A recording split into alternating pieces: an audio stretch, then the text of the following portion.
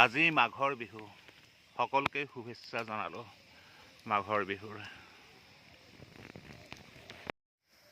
নতুন বছৰ, মোৰ জন্মদিন বা বাপতি সাহোন আমাৰ বিহুবিলাক প্ৰত্যেকতে মই প্ৰতিশ্ৰুতি লওঁ কেনেকৈ মই কালিতকৈ আজিটো সুন্দৰ কৰোঁ, কালিতকৈ আজিটো কেনেদৰে সুন্দৰ কৰোঁ সকলো ফালে। নাম্বাৰ 1 আমাৰ কৰ্মক্ষেত্ৰত, নাম্বাৰ 2 আমাৰ ৰিলেশ্যনশ্বিপবিলাকত,